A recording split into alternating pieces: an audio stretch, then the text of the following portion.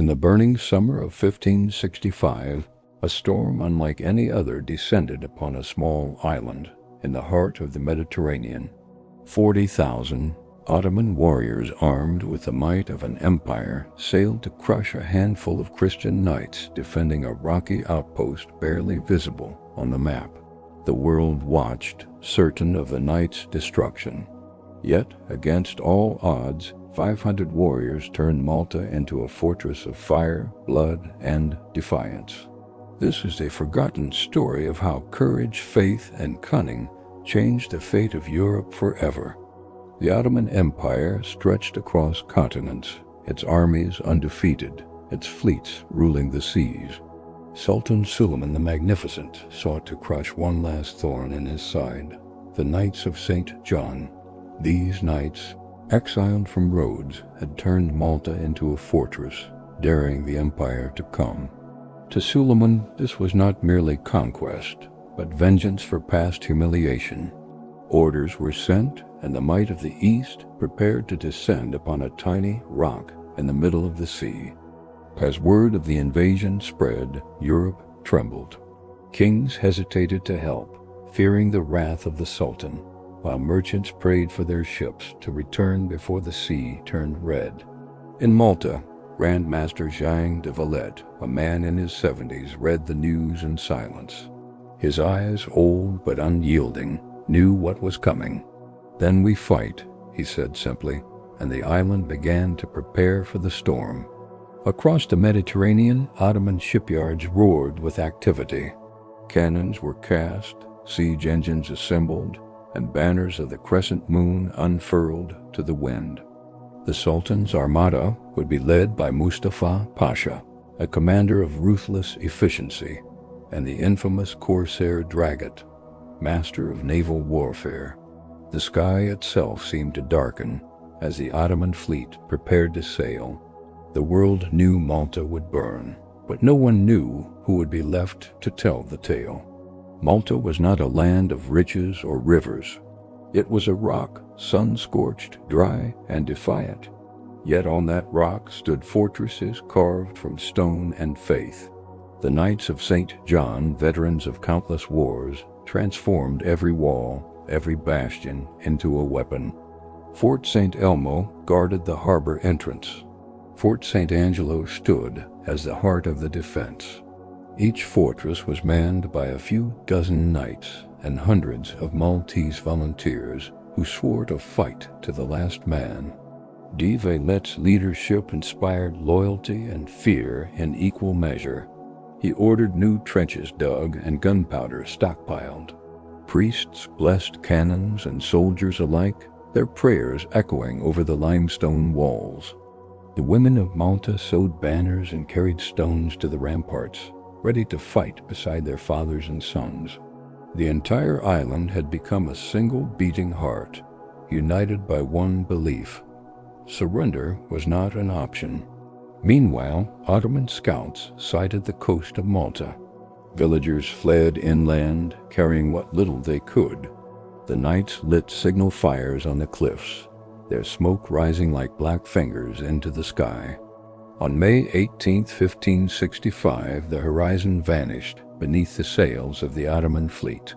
Hundreds of ships filled the sea, an armada so vast it blotted out the sun. The siege of Malta had begun. The Ottomans landed with ruthless precision. Cannons were rolled ashore, trenches dug, and banners raised under the watchful eye of Mustafa Pasha. Within days, the booming of artillery shook the island. Cannonballs smashed into Fort St. Elmo, the smallest of the fortresses, but the key to the Grand Harbor. If it fell, the Ottomans could anchor safely and strike the heart of the defense. Every day, St. Elmo burned under an iron storm. Inside its walls, the knights held firm. The wounded fought beside the dying, and the dead became shields for the living. De Valette sent no reinforcements, only a message: let them burn their fury here. The defenders, battered and bloodied, repelled assault after assault. They fought with swords, pikes, and even bare hands when ammunition ran dry. The fort became a furnace of courage. For 28 days the battle raged without pause. The air reeked of smoke and death. The Ottomans hurled corpses into the fort to break the defenders' spirit, but the knights answered by firing their enemies' heads back with cannonballs. When St. Elmo finally fell, only a few dozen defenders remained alive, but they had delayed the Ottoman advance for a month. Dragut himself was struck by shrapnel and killed. The cost was unbearable, but the message was clear: Malta would not fall easily. With St. Elmo reduced to rubble, the Ottomans turned their attention to Birgu and St. Gilia, where the main garrison held. The siege intensified as Ottoman cannons pounded the walls day and night. The island quaked under their relentless assault, yet within the walls, life continued in defiance. Priests tended to the wounded, blacksmiths forged weapons, and the defenders sang hymns over the roar of battle. Mustafa Pasha ordered massive bridges built to cross the narrow channel to Senglia. His plan was to overwhelm the defenders in one final strike, but de Valette, ever watchful, anticipated the move. Under cover of darkness, Maltese swimmers sabotaged the bridges, setting them ablaze before the dawn. When the Ottomans attacked, they found only ashes and chaos. Their screams echoed as the defenders opened fire from the ramparts, raining death on the invaders. Each failed attack cost thousands of Ottoman lives. The summer heat turned corpses into plague, and morale began to waver. Still, Mustafa refused to retreat. He sent word to Constantinople that victory was near, though he knew the truth: Malta was bleeding him dry. Inside the besieged city, food grew scarce and disease spread, yet the knights refused to yield. Dragut moved among the men, sword in hand, his presence a symbol of defiance. He fought beside them, his white beard stained with dust and blood. When a cannonball struck near him, he did not flinch. "We are all brothers in this fight," he declared, "and God is our wall." The Maltese civilians became heroes in their own right. Women carried water through firestorms, children fetched arrows and gunpowder, and old men repaired walls under bombardment. The line between knight and commoner vanished. All were defenders now. The island's will to fight became stronger than any fortress of stone. The Ottomans tried psychological warfare, impaling captured defenders before the walls. In response, the knights executed Ottoman prisoners and fired their heads back into the enemy camp. The siege had become a war of fury and faith. Even as the walls crumbled, the spirit of Malta stood unbroken. By August, the Ottoman army had been fighting for 3 brutal months. Supplies dwindled, tempers flared, and disease tore through the camps. Mustafa's men began to whisper that God favored the knights. Every night, cannon fire lit the sky like thunder, and yet the fortresses still stood. It seemed as if Malta itself refused to die. De Valette sensed the enemy's fatigue. He launched daring night raids, sending small teams through hidden tunnels to strike Ottoman camps and vanish before dawn. These raids shattered morale, spreading terror through the exhausted ranks. The Ottomans realized they were not hunting prey, they were being hunted by ghosts. Mustafa ordered one last massive assault, throwing every man he had left against Berg's walls. But when the attack came, the defenders met it with a fury born of desperation.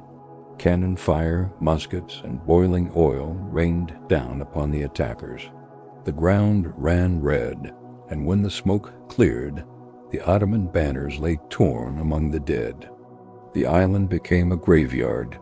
The smell of smoke and death hung over the harbor as vultures circled the battlefield. Both sides were exhausted beyond measure, yet neither would yield. De Valette's men fought with broken weapons and torn armor, their hands blistered and bleeding. Still, they prayed before every battle, their faith burning brighter than the fires around them. The Ottomans built massive siege towers, towering wooden monsters meant to crush the defenders' walls. The knights waited until the towers rolled close, then lit them ablaze with flaming pitch and cannon fire. The night sky erupted in fire, and the collapsing towers crushed the attackers beneath them. The Ottomans screamed as their own engines turned against them. Mustafa Pasha, furious and desperate, ordered his men to fight on, but his officers began to question his command. The once proud army was now starving, sick, and haunted. Even the sea, which had carried them to Malta, now seemed to mock them. No reinforcements came, and no victory was in sight. Jean de Valette had become a legend in his own lifetime. His leadership, wisdom, and courage inspired not only his knights but all of Malta. When a section of the wall was breached, he personally led the counterattack, sword in hand. His men saw him standing in the smoke, his armor gleaming like a beacon. "They will take no inch of this land while I breathe," he roared. The defenders rallied behind him, striking back with renewed strength. Every charge, every cannon shot, seemed to echo his determination. The Ottomans, seeing this unbroken resolve, began to falter. They had faced mighty armies before, but never men who fought like this, with hearts forged in faith. De Valette knew the enemy's spirit was cracking. He ordered constant pressure, refusing the Ottomans even a moment's rest. His strategy was simple: ply them of will before blood. And it worked. The invaders, once conquerors of empires, were now prisoners of their own failure. As the siege dragged on, storms battered the Ottoman fleet. Supplies rotted, ships sank, and disease spread among the sailors. The Mediterranean, once their ally, had turned against them. Mustafa Pasha realized the sea was no longer safe. Retreat loomed like a shadow, yet pride held him back. He could not return to Constantinople defeated. De Valette, sensing their despair, intensified his assaults. His cannons targeted the Ottoman camps near the shore, setting fire to their powder stores. Explosions tore through the night, sending flames and screams into the sky. The sea reflected the inferno as the great Ottoman war machines burned. The invaders, trapped between the walls and the waves, faced the impossible. Every escape route was blocked by death. The empire that once ruled 3 continents was being humiliated by 500 knights and a few thousand islanders. It was no longer a siege, it was retribution. Word of Malta's defiance reached Europe. Priests preached about the Christian Thermopylae. Kings sent prayers instead of soldiers, and common people spoke of miracles. Reinforcements were finally dispatched from Sicily, too late to save St. Elmo, but just in time to end the siege. The Ottomans did not yet know help was coming, but the defenders felt hope stir in their hearts. Inside the walls, the knights were near exhaustion. Yet when they heard rumors of approaching allies, their courage flared anew. De Valette urged them to hold a little longer, promising that deliverance was near. "The Lord tests us," he said, "but he has not abandoned us." His word spread through the city like fire in dry grass. The Ottomans prepared one last grand assault before the reinforcements could arrive.